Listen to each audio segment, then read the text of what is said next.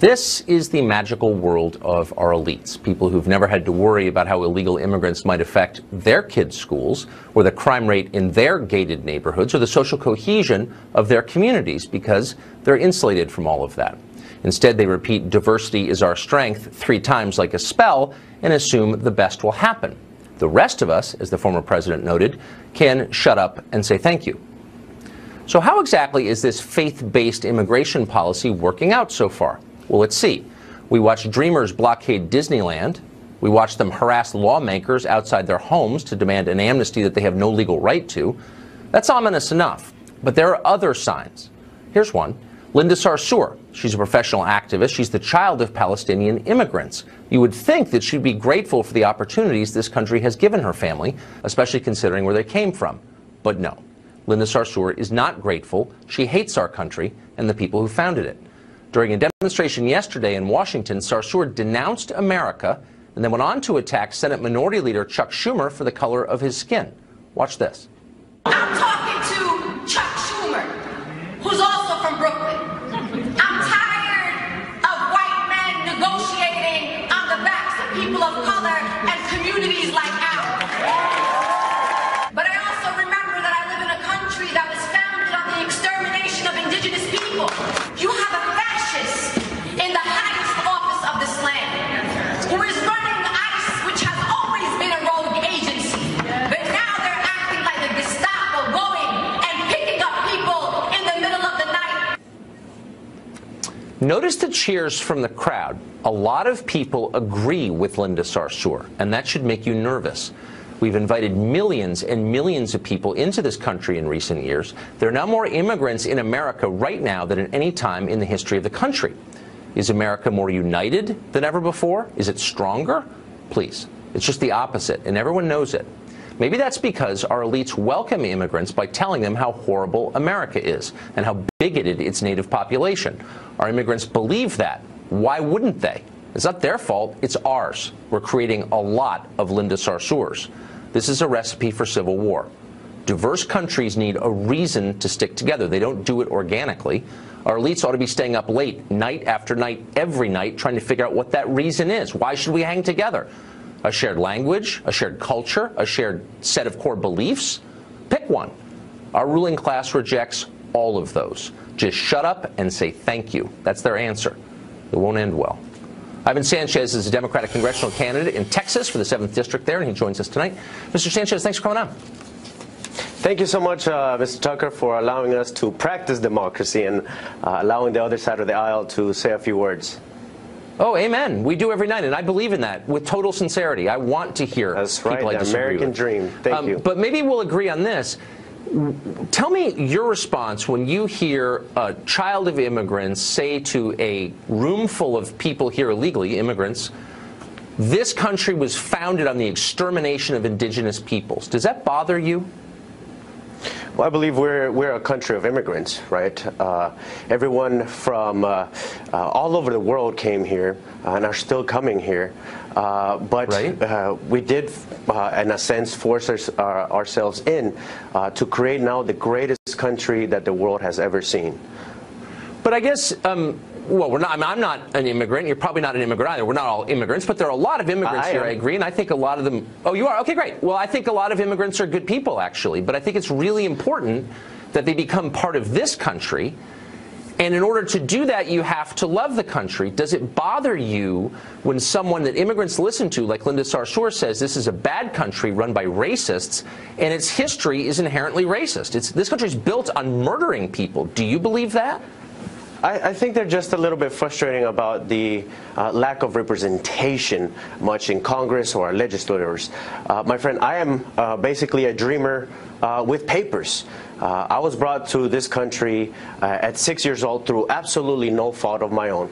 My mother was actually a prosecuting attorney and my father a geophysicist in the country of Colombia. And my father was kidnapped, my mom's office was blown up, until a letter came to my mother's office saying, next time you put your kids in the school bus, they're not coming back. So we landed here. I was sold on the idea that we were coming to see the great Disneyland and Bill Clinton, and we had to start all over. But I don't know why and I'll stop you there because it's a familiar and a great story, and I'm in favor of that story. But I just want to but the details matter to me. I'm an American citizen, I suppose, like you. Do you think, you said they don't have representation, do you think people who aren't citizens deserve representation in Congress?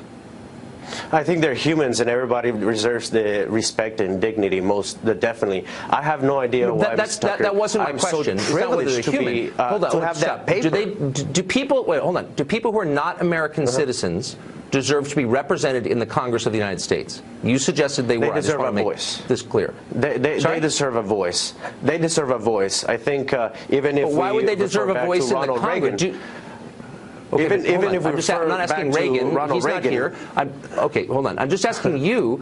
So people who are not American citizens deserve to be heard in the Congress. Does that include people living in Namibia or Norway or Iceland? I mean, does the world deserve a voice in Congress? Because our understanding was, the American understanding was Congress is for American citizens. That's what our democracy is. Yeah, the people that are definitely contributing to our society and live in our neighborhoods definitely do deserve a voice. And, you know, if we go... So citizenship doesn't matter. You don't need to be a citizen to be represented by the Congress. No. Of course you do. But there's people that have been living here for longer times than I have, and pay taxes and take their kids to school and contribute to society. And literally, look, I'm not attacking him. It's just that if you're going to have a country, you got to figure out what it means to be a citizen. The #1 country in the world. That's what we want to do. This country provided us opportunity. How beautiful is that? We want to make sure that this country will progress. We want to stay the #1 in the world, right? And there's China. I believe that, and that's why, and Russia, I want that too. Which is, hold on. I'm not going to let you give your speech because I probably agree with a lot of it. I want to remain #1 too.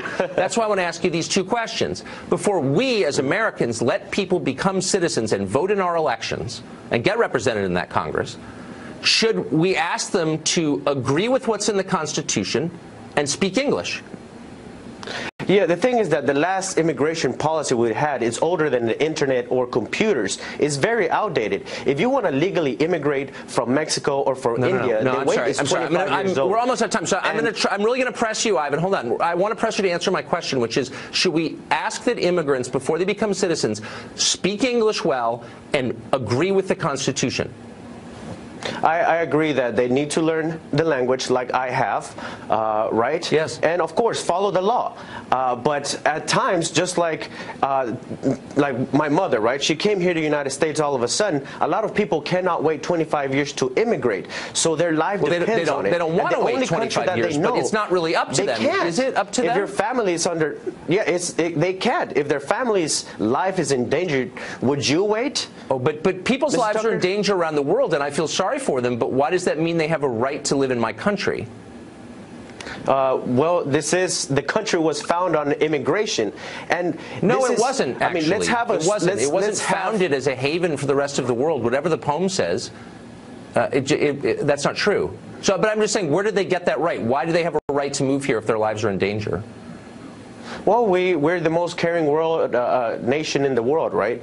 We have asylum, and that's one of the ways that I came. And this is not about even